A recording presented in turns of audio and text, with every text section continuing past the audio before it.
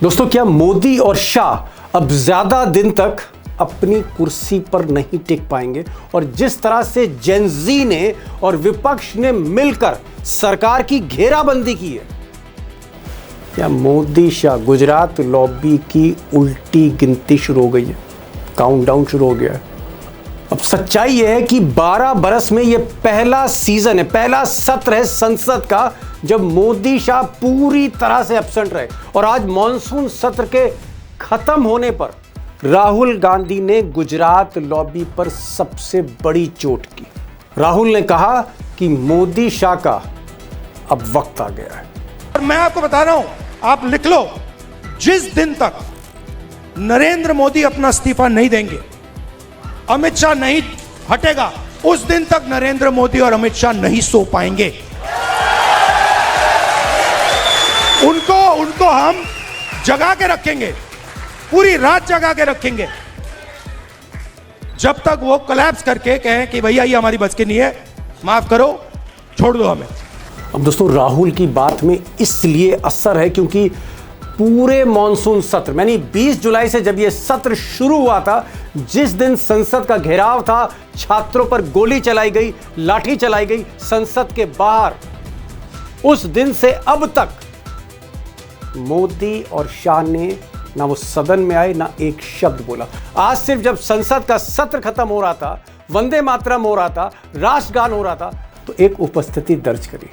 लेकिन पूरे सत्र में प्राइम मिनिस्टर और होम मिनिस्टर एक भी दिन सदन में नहीं आए, एक शब्द नहीं बोला। 1952 से अब तक ऐसा कभी नहीं हुआ। और मुझे लगता है कि 3 बड़े सवालों पर जिस तरह से गुजरात लॉबी चुप रही, बीजेपी ने होठ सिल लिए, खेल वहीं से पलटने लगा। मोदी शाह की सबसे बड़ी गलती, बल्कि यूं कहूं नंबर 1 गलती, संसद में उन्होंने छात्रों से माफी नहीं मांगी। किसके आदेश पर गोली चली, किसके आदेश पर लाठीचार्ज हुआ, जो बर्बरता हुई, एक शब्द ना मोदी ने बोला ना शाह ने बोला। Biggest mistake. गलती नंबर 2, जो राम मंदिर हिंदुओं का आस्था का सबसे बड़ा प्रश्न है, उस राम मंदिर में जब चंदा चोरी हुई, जिसमें आरएसएस का डायरेक्ट इन्वॉल्वमेंट, और हंगामा होता रहा, रोज हंगामा होता रहा सदन के बाहर, एक शब्द मोदी ने नहीं बोला सदन में, ना बहस करी, ना एक शब्द गृह मंत्री ने बोला।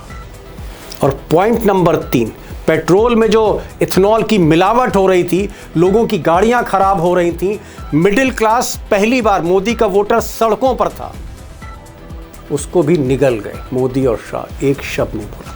यह भी एक बड़ी गलती थी। और अगर आप तीनों गलतियां देखें तो मोदी की युवा शक्ति जेन ज़ी, मोदी के वोटर राम मंदिर वाले, और एथेनॉल को लेकर जो मिडिल क्लास है, अगेन मोदी का जो वोटर है शहरी वोटर, तीनों के तीनों हिट हुए और मोदी शाह की जुबान से एक लफ्ज नहीं निकला। पूरे सत्र गायब रहे। मॉनसून सत्र खत्म होते ही राहुल गांधी दिल्ली के कॉन्स्टिट्यूशन क्लब में पार्टी के एक फंक्शन में बोल रहे थे, और वहां पर एक और खुलासा राहुल गांधी ने किया।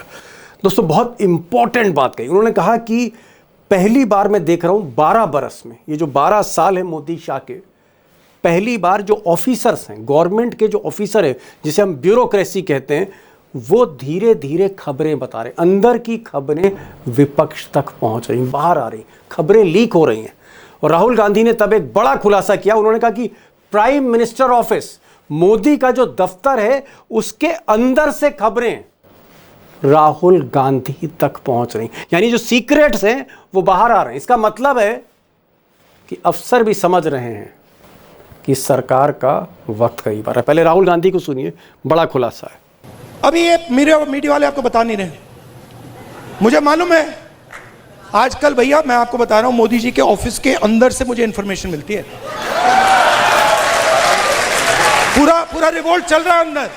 अब दोस्तों, ये बात सही है कि राहुल गांधी ने आज एक के बाद एक बड़े हमले किए, और ये भी बताया कि किस तरह से उल्टी गिनती शुरू हो चुकी है। लेकिन यहाँ पर मेरा एक डिफरेंट टेक है। मेरा कहना है कि मोदी शाह, क्योंकि अभी भी उनके पास एनडीए में बहुमत है, मोदी शाह कितने दिन गद्दी पर टिकते हैं तो मैं नहीं बता सकता, लेकिन इतना मैं ज़रूर कह रहा हूँ कि 6 महीने के बाद उत्तर प्रदेश का जो निर्णायक चुनाव, इस देश के सबसे बड़े राज्य में जो चुनाव होने जा रहा है, योगी वर्सेस इंडिया अलायंस, यानी अखिलेश और राहुल, वर्सेस योगी मोदी, क्योंकि इस चुनाव में जो राम मंदिर में चंदा चोरी एक बड़ा मुद्दा है, ब्राह्मण जो बड़ा वोटर है यूपी में योगी जी से नाराज है, इसी तरह से इथेनॉल में मिडिल क्लास सड़कों पर उतरी है, जेंजी ने आफत कर रखी है उत्तर प्रदेश में भी। अगर ये उत्तर प्रदेश का चुनाव मोदी के हाथ से निकला, बीजेपी के हाथ से निकला, तो फिर एक बात मैं जिम्मेदारी से कह सकता हूं कि अगर उत्तर प्रदेश हाथ से निकला मोदी के, शाह के, बीजेपी के, तो फिर आप मान लीजिए कि उल्टी गिनती वाकई शुरू हो रही है। तो दोस्तों, आगे क्या होने जा रहा है देश की राजनीति में, गुजरात लॉबी में, बीजेपी में, मोदी शाह का आगे क्या होगा? सवाल मुश्किल है और आज इसलिए दो खास एक्सपर्ट हैं। विनोद शर्मा, देश के बहुत जाने माने पत्रकार, 50 बरसों की पत्रकारिता है, और दिल्ली की जो सरकार है, दिल्ली दरबार है, बड़ी ज़बरदस्त ग्रिप है उनकी, खुलकर बोलते हैं। विनोद शर्मा साहब को सुनिए, बहुत कुछ कह रहे हैं, नायडू बाबू पे भी बोल रहे हैं, अलाइस पर भी बोल रहे हैं, अंदर की बहुत सी बातें बाहर लेकर आए, उनको सुनिए। और हमारे साथ प्रोफेसर स्वामी भी होंगे। लेकिन इन दोनों की बातें सुनने से पहले एक छोटी सी गुजारिश है, अगर आपने इस चैनल को अभी भी लाइक नहीं किया है, सब्सक्राइब नहीं किया है, तो प्लीज़ सब्सक्राइब करिए। जो बेल आइकॉन है उसको ज़रूर दबाइएगा, नोटिफिकेशन वीडियो सबसे पहले आपको मिलेगा। और अगर अपने मित्रों तक ये बात पहुंचा दें, अपने जानने वालों तक ये बात पहुंचा दें कि वो भी इस चैनल को सब्सक्राइब करें, तो मैं आपका बहुत शुक्रगुजार रहूँगा। वैसे भी ये जो आवाज़ आप तक पहुँच रही है, आपकी हौसला अफजाई से आवाज़ आप तक पहुँच रही है, आप ही की आवाज़ है। और एक छोटी सी गुजारिश और कि कमेंट बॉक्स में स्टोरी के बारे में ज़रूर लिखिएगा, खबर सही थी या खबरें आप कैसे देखना चाहते हैं। तो सुनते हैं विनोद साहब को, प्रोफेसर साहब को। आज अंतिम दिन था मॉनसून सत्र का, और ये पहला सत्र है जहां प्रधानमंत्री और गृह मंत्री ने एक शब्द नहीं बोला। आज वंदे मातरम हुआ, राष्ट्रगान हुआ, और जो संसद है वो शीतकालीन सत्र तक के लिए खत्म हो गई। मैं एक चीज जानना चाह रहा हूँ, क्या आपको लगता है कि जिस तरह से मोदी और शाह साहब जो उनके चाणक्य हैं, वो एकदम खामोश दिख रहे हैं, प्रेशर है, बोल नहीं रहे, आ नहीं रहे हैं, क्या आपको लगता है कि अब यहां से नरेंद्र मोदी का एक डिफिकल्ट टाइम शुरू हो रहा है, एक मुश्किल वक्त शुरू हो रहा है? ये पहले जैसा वक्त नहीं है जो हमने 2014 से अब तक देखा। क्या 20 जुलाई के बाद जिस तरह से स्थितियां बदली हैं, नरेंद्र मोदी की सरकार के लिए एक मुश्किल वक्त आप विनोद जी देख रहे हैं? ऐसा है कि वो कहते हैं ना, भगवान के घर देर है अंधेर नहीं है। ये जो हो रहा है ना, आप ये उन्होंने स्वयं किया है मनमोहन सिंह के साथ। याद है आपको, मोहन सिंह बोलते थे, मोहन सिंह, मोहन सिंह, जी हाँ, चुप रहते थे। उनकी तो तरबियत थी चुप रहने की, वो बदतमीजी नहीं करते थे मनमोहन सिंह जी। और जब उनको बोलना होता था तो वो बोलते थे। उनको क्या क्या नहीं कहा इन्होंने। तो जैसा है कि इसी जमीन पे स्वर्ग और नरक है, यहीं पर हिसाब हो जाता है सारा। और जो इन्होंने बोया है वही काट रहे हैं आज के दिन। You see, you harvest what you sow, ये कहावत है। तो ये जो इनके खिलाफ जो आज के दिन हो रहा है, इसमें से तो इनकी डेस्टिनी बताएगी कि ये निकल पाते हैं कि नहीं निकल पाते हैं। लेकिन सरकार की इमेज डेंट हो गई। इनके जो इंपॉर्टेंट पॉलिटिकल प्लैंक थे वो डेंट हो गए। भगवान राम का राम मंदिर वाला प्लैंक था, इनका डेंट हो गया, उस पर दाग लग गए। इनके जेन जी जो थी, कहते थे युवा हमारे साथ है, उस पर दाग लग गया। मिडिल क्लास इनके साथ थी, इन्होंने जो E20 शुरू किया है जी, वो उस पे दाग लग गया। जो इनकी मिडिल क्लास, जो यूथ बेस है, जो इनकी मिडिल क्लास बेस थी, और जो इनकी धार्मिक बेस थी, ये तीनों आज के दिन शिशुपंज में है। वो सोच रहे हैं कि क्या ये वही है जो अपने आप को बताते हैं। तो जी, मोदी किसी भी पॉलिटिक्स में नेता के लिए अपने आप को रीइंट्रोड्यूस करना और फिर उसके बाद बड़ा उद्देश्य हासिल कर लेना मुश्किल होता है। इनकी किस्मत में पता नहीं क्या लिखा है, या मुल्क की किस्मत में क्या लिखा है, लेकिन ये आज के दिन बहुत ही भारी विकट स्थिति में है। ये विकट स्थिति में आज के दिन विकट स्थिति में है, मुश्किल स्थिति में है। क्या प्रोफेसर साहब आपको लगता है कि, क्योंकि अमित शाह ने तो आज माफी मांगी नहीं जेनजी से, वो तो चुप रहे, अगर अमित शाह ने माफी नहीं मांगी है तो क्या जेनजी और नाराज हो गया है? आपको फीडबैक क्या लग रही है? इज जेनजी हैप्पी या angry with mister Amit Shah? देखिए, अब केवल जेनजी जैन अल्फा का प्रश्न नहीं है, परिवार का हर सदस्य। अभी मैं सुन रहा था खतौली के अंदर कोई पत्रकार महोदय जाके वहां के किसानों से बात कर रहे हैं। किसान साफ साफ कह रहे हैं, देखिए एक जो विनोद जी कह रहे थे, जो ये कांवड़ में भी लोग जा रहे हैं, उसमें भी जिन लोगों ने इंटरव्यू लिया 50% कांवड़िए ये कह रहे हैं कि हम बच्चों के साथ है। जो जंतर मंतर, अगर मैं कांवड़ लेके ना आता तो मैं जंतर मंतर जाता। देखिए, जो जंतर मंतर के बच्चे थे वो कांवड़ लेके नहीं गए, लेकिन जो कांवड़ में गए हैं उसमें भी 50% लोग जंतर मंतर के साथ हैं, क्योंकि हर युवा ये चाहता है उसको नौकरी मिले और वो पढ़ाई में उसको शिक्षा अच्छी मिले, क्योंकि वो जानता है शिक्षा उसके लिए महत्वपूर्ण है। उसके माता पिता भी जानते हैं, लेकिन उसका धार्मिक मसला है, इसलिए कांवड़ लेके जा रहा है। कांवड़ियों का मतलब ये नहीं है कि वो शिक्षा का महत्व नहीं समझता या वो नौकरी नहीं चाहता, उसकी भी आकांक्षा है, वो भी पढ़ रहा है, वो भी स्कूल जा रहा है, वो भी कॉलेज जा रहा है। तो कांवड़िए तो बटे हुए हैं, 80% जो है जंतर मंतर के साथ हैं, 20% ऐसे होंगे जो भारतीय जनता पार्टी के समर्थक होंगे, लेकिन जो जंतर मंतर में थे वो पूरी तरह से ये मानते हैं पढ़ाई ही धर्म है, शिक्षा ही धर्म है, रोजगार ही धर्म है, माता पिता की सेवा ही धर्म है। ठीक है, मतलब आप कह रहे हैं कि जेनजी जो है उसकी नाराजगी अब दूर होने वाली नहीं है, कांवड़िया भी जंतर मंतर के साथ, आप ये बता रहे हैं। यानी कुल मिलाकर माहौल बहुत ही विकट होता जा रहा है मोदी शाह के लिए। विनोद जी, मुझे एक चीज बताइए, अभी भी जो सहयोगी दल हैं, चाहे वो नायडू बाबू हो जाए, चाहे वो टीएमसी से टूट के जो सांसद आए जिसमें 3 मुस्लिम सांसद भी हैं, चाहे वो नीतीश कुमार के 12 सांसद हों, क्या आपको लगता है कि आने वाले समय में जेनजी का प्रेशर, पब्लिक का प्रेशर अलाइस पर भी हो सकता है? और क्या नायडू भी सोच रहे होंगे कि अब मोदी जो है वो इनकी चले चला की बेला है, यहां से मोदी अब कमजोर होते नायडू को भी दिख रहे? क्या आपको लगता है कि जो सहयोगी दल है उन पर भी दबाव आएगा? ये सिर्फ दबाव मोदी पर नहीं है, सहयोगी दलों पर भी है। अरे, सरकारें सहयोगी दलों पे जब दबाव आता है जब ही गिरती हैं। ओह, जब जब उनको जमीन से आवाज आनी शुरू हो जाती है कि ये अलायंस जो है ये अब आज के दिन पॉपुलर नहीं है, इनसे निजात पाओ। तो इसीलिए मैं कह रहा हूं कि जो विपक्ष है उनको उन पे भी तवज्जो देनी चाहिए, चैनल्स ऑफ कम्युनिकेशन उनसे साथ खोलने चाहिए। अब आपने राहुल गांधी को कोट करते हुए कहा कि उसके पास सूचना आ रही है, पीएमओ से आ रही है, इधर से आ रही है, उधर से आ रही है, लेकिन एक चीज मुझे नहीं पता कि उसके पास कितनी इंफॉर्मेशन आ रही है। जब सरकारें अस्थिर हो जाती है तो फिर इंफॉर्मेशन अंदर से आनी शुरू हो जाती है। एक गॉसिप आइटम, मतलब वो ब्यूरोक्रेटिक बस जो छपा है जहां जी पे कहीं, उसको होल्ड बैक कर लिया सरकार ने। वो क्या था? वो ये था कि there was a big showdown between the home minister and the home secretary on the question of the nature of action against the students protesting at Jantar Mantar. जी, मतलब होम सेक्रेटरी में और होम होम मिनिस्टर में। गृह मंत्री में तो उनका शोडाउन हुआ, और जो कोई ऑफिसर्स भी थे वो भी कोई ज्यादा सख्त एक्शन नहीं चाहते थे बच्चों के खिलाफ, लेकिन वो एक्शन हुआ। और उसके बाद वो लिखता है कि भाई उसके बाद ये जो तात्कालीन होम सेक्रेटरी है उसको एक्सटेंशन दे दी गई, बावजूद इसके कि होम मिनिस्टर स्वयं नहीं चाहते थे कि एक्सटेंशन दी जाए। ओके, तो इसका निष्कर्ष आप निकाल लीजिए। समझ गया। मतलब प्रधानमंत्री और गृह मंत्री के बीच में थोड़ा अनबन है, और ये सब हार के ही लक्षण होते हैं।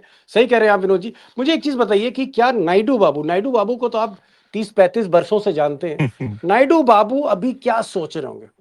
ये जवाब देखिए ये जवाब दिल से दीजिएगा विनोद जी, रिक्वेस्ट है देखिए दिल से। वो नायडू बाबू जो है ना, वो तो बूमर है आपकी तरह और मेरी तरह। वो उस अपने मिलीनियल जो है ना, उसका उसकी उसकी उसकी उसके बारे में ही सोच रहा है, अपने बेटे के बारे में, कि ये किस तरह से इसको मुख्यमंत्री यहां बना दें। लेकिन जब वो इस दुविधा से निकलेगा, जब उसको ये समझ में आएगा कि जब सल्तनत ही नहीं रहेगी तो इसको युवराज कैसे बनाऊंगा, इसको राजा कैसे बनाऊंगा अपने बेटे को। अपने बेटे को। हाँ, तो मैं इसलिए कह रहा हूं कि जमीन से जब आवाज आती है, जब जमीन अस्थिर हो जाती है, तो बड़ी बड़ी अलायंसेस टूट जाती हैं, और वो फाइनल कंफर्मेशन होगा।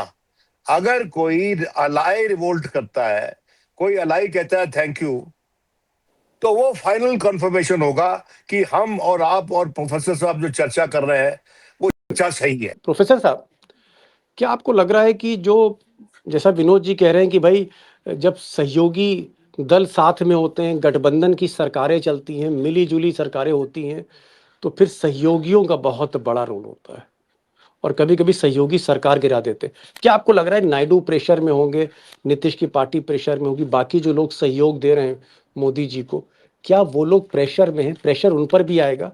और ऐसा तो नहीं कि जेन ज़ी अब नायडू को ही दौड़ा ले आंध्र प्रदेश में? दीपक जी, केवल चंद्रबाबू नायडू और नीतीश कुमार का प्रश्न नहीं है। अब तो भारतीय जनता पार्टी के मेंबर ऑफ पार्लियामेंट भी ये सोच रहे होंगे। अभी तक ये माना जा रहा था कि उन्हें वोट दिलाने वाले मोदी जी हैं, उन्हें इलेक्शन जिताने वाले मोदी जी हैं और राहुल गांधी कांग्रेस को हराने वाले हैं। अब परसेप्शन कैसे चेंज हो गया 1 महीने के अंदर? आज के तारीख में लोग ये मानने लगे हैं कि राहुल जिताने वाले हैं और मोदी जी हराने वाले हैं। मोदी जी एक प्रकार की लायबिलिटी हो गई है उन लोगों के जो उनके बल पे चुनाव लड़ना चाहते हैं। तो ये देखिए परसेप्शन जब चेंज हो गया और राजनीति की, बिल्कुल विनोद जी ने सही बात की, कान जो है जमीन पे रख के चलते हैं। स्पंदन जो हम लोग फील कर रहे हैं, जो देश फील कर रहा है, जो इंटरनेशनल वर्ल्ड फील कर रहा है, वो क्या राजनीतिज्ञ फील नहीं कर रहे होंगे? मौसम वैज्ञानिक हैं, तो उनको लग रहा है जो आदमी इलेक्शन जिताता था वो इलेक्शन हराएगा। तो लायबिलिटी को छोड़ के आप जानते हैं राजनीतिज्ञ तो 1 मिनट नहीं लगाते। अशोक चव्हाण ने कौन सा टाइम लगा दिया था, अमरिंदर सिंह ने कौन सा टाइम लगा दिया था। अमरिंदर सिंह अब कांग्रेस वापस छोड़ने आना में चाहते हैं, बहुत सारे लोग वापस आना चाहते हैं। प्रेशर है, प्रेशर अलाइज पर भी है, ये आप मानते हैं स्वामी जी? नहीं, दबाव केवल है। प्रेशर नहीं है, ये इतना बड़ा प्रेशर है क्योंकि अब मुश्किल ये है जब सत्ता बदलेगी। तो देखिए राहुल गांधी तो दयावान आदमी है, सहनशील आदमी, उन्होंने तो कह भी दिया कि दुश्मन को भी गुरु मानना चाहिए। लेकिन जो सताए गए लोग हैं, मेरे जैसे लोग हैं जिन्होंने 12 साल इतनी गालियां खाई हैं और इतनी धमकियां झेली हैं, देखिए गुस्सा तो हमारे अंदर है क्योंकि हम तो संविधान की बात कर रहे थे, हम तो देशभक्ति की बात कर रहे थे, हम तो भारत माता की बात कर रहे थे, हम तो 142 करोड़ को जोड़ने की बात कर रहे थे। लेकिन इन उन्मादी लोगों ने हमको एंटी हिंदू कह दिया, हमको एंटी नेशनल कह दिया। भाई हम लोग तो देश के, हम तो चाहते हैं, और ये मानी बात है, देश चलेगा तो मोहब्बत से चलेगा, 142 करोड़ के परिवार से चलेगा, केवल मेरे धर्म से तो चलेगा नहीं, मेरे परिवार से तो चलेगा नहीं, सबको मिलजुल के एकजुट होके देश के लिए काम करना पड़ेगा। तो हमने झेला है, बहुत सारे लोग जो है रुष्ट बैठे हुए हैं, इसीलिए सोशल मीडिया में बाढ़ आई हुई है बंदर 56 इंच का छोटा बंदर की। ठीक, लास्ट क्वेश्चन, उसके बाद एक फाइनल कमेंट मिलूंगा। विनोद जी, क्या आपको लगता है कि ठीक है नरेंद्र मोदी कमजोर दिख रहे हैं, अमित शाह कमजोर दिख रहे हैं, मानसून सत्र में एक शब्द नहीं बोला उन्होंने, अमित शाह सामना नहीं कर पा रहे विपक्ष का, ये सारी बातें मैं मानता हूं जो आज राहुल गांधी ने कही या जो हम माहौल देख रहे हैं, लेकिन क्या आपको लगता है जो असली टेस्ट है कि नरेंद्र मोदी का ग्राफ नीचे आया, अमित शाह का ग्राफ नीचे आया, बीजेपी के का वोट बैंक नाराज है, समण नाराज हैं, क्या आपको लगता है कि उत्तर प्रदेश का जो चुनाव है 6 महीने बाद ये डिसाइड करेगा, इससे पता लगेगा अगर बीजेपी हारी तो बात सच्ची और बीजेपी फिर चुनाव जीत गई तो फिर बात में थोड़ा सा मतलब मोदी और शाह अभी भी चलेंगे, तो क्या Uttar Pradesh is going to decide? देखिए उत्तर प्रदेश, पंजाब, जो आने वाला राउंड ऑफ असेंबली इलेक्शंस है वो डिसाइड करेंगे, लेकिन उससे पहले भी गड़बड़ हो सकती है क्योंकि ये जो इंफॉर्मेशन हमने आपको, जो ब्यूरोक्रेटिक बस आपको बताया, इट्स वेरी झगड़े चल रहे हैं, वेरी सीरियस। अरे home secretary having a showdown with the home minister, if that समझ इज गया। ट्रू, तो और वो भी छात्रों के मसले पे, तो छात्र भी परस्पर दबाव बनाए हुए हैं और किसी भी नेता का अपनी पार्टी के अंदर अस्तित्व, प्रभाव, उसका कंट्रोल अपनी पार्टी पे इसी दम पे होता है कि उसके नाम पे इलेक्शन जीते जाते हैं। और अगर उसके नाम पे, अगर ये लीगल टेंडर आज के दिन डिमोनेटाइज हो गया है जी, तो क्यों फिर उसके साथ खड़े रहेंगे? तो अंदर भी फर्मेंट हो सकता है और ये देखना है कि देखिए सबसे बड़ा यहां पर कॉम्प्लेक्स प्रश्न क्या है कि शिक्षा के क्षेत्र में जो विकार हुआ है, जो तहस नहस हुई है, उसमें आरएसएस और संघ का बड़ा भारी हाथ है।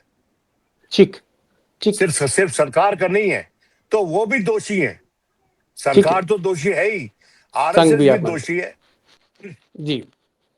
लास्ट क्वेश्चन, समय बहुत कम है प्रोफेसर साहब, उत्तर प्रदेश देश का सबसे बड़ा सूबा, 6 महीने के बाद चुनाव है, बहुत निर्णायक चुनाव है, अखिलेश वर्सेस योगी, अगर उत्तर प्रदेश बीजेपी हार जाती है तो क्या आपको लगता है उल्टी गिनती मोदी की शुरू हो सकती, मोदी खत्म और हो ज्यादा जाएगा। संकट में आ जाएंगे?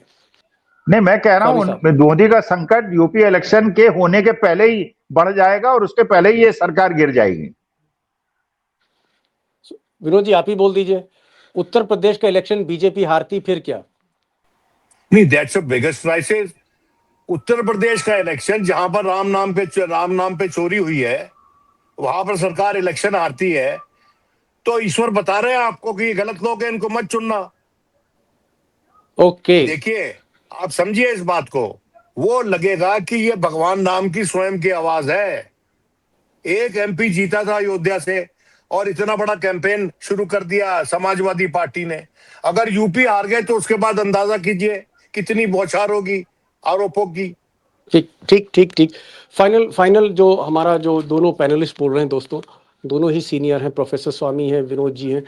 एक चीज सामने आ रही है कि एक तो मोदी और शाह का क्राइसिस बढ़ता चला जा रहा है क्योंकि हर तरफ संकट है, चाहे वो राम मंदिर का चंदा हो या फिर जेंजी का आंदोलन हो या विपक्ष का हावी होना हो, सहयोगी दलों पर भी प्रेशर है, नायडू पे भी प्रेशर है।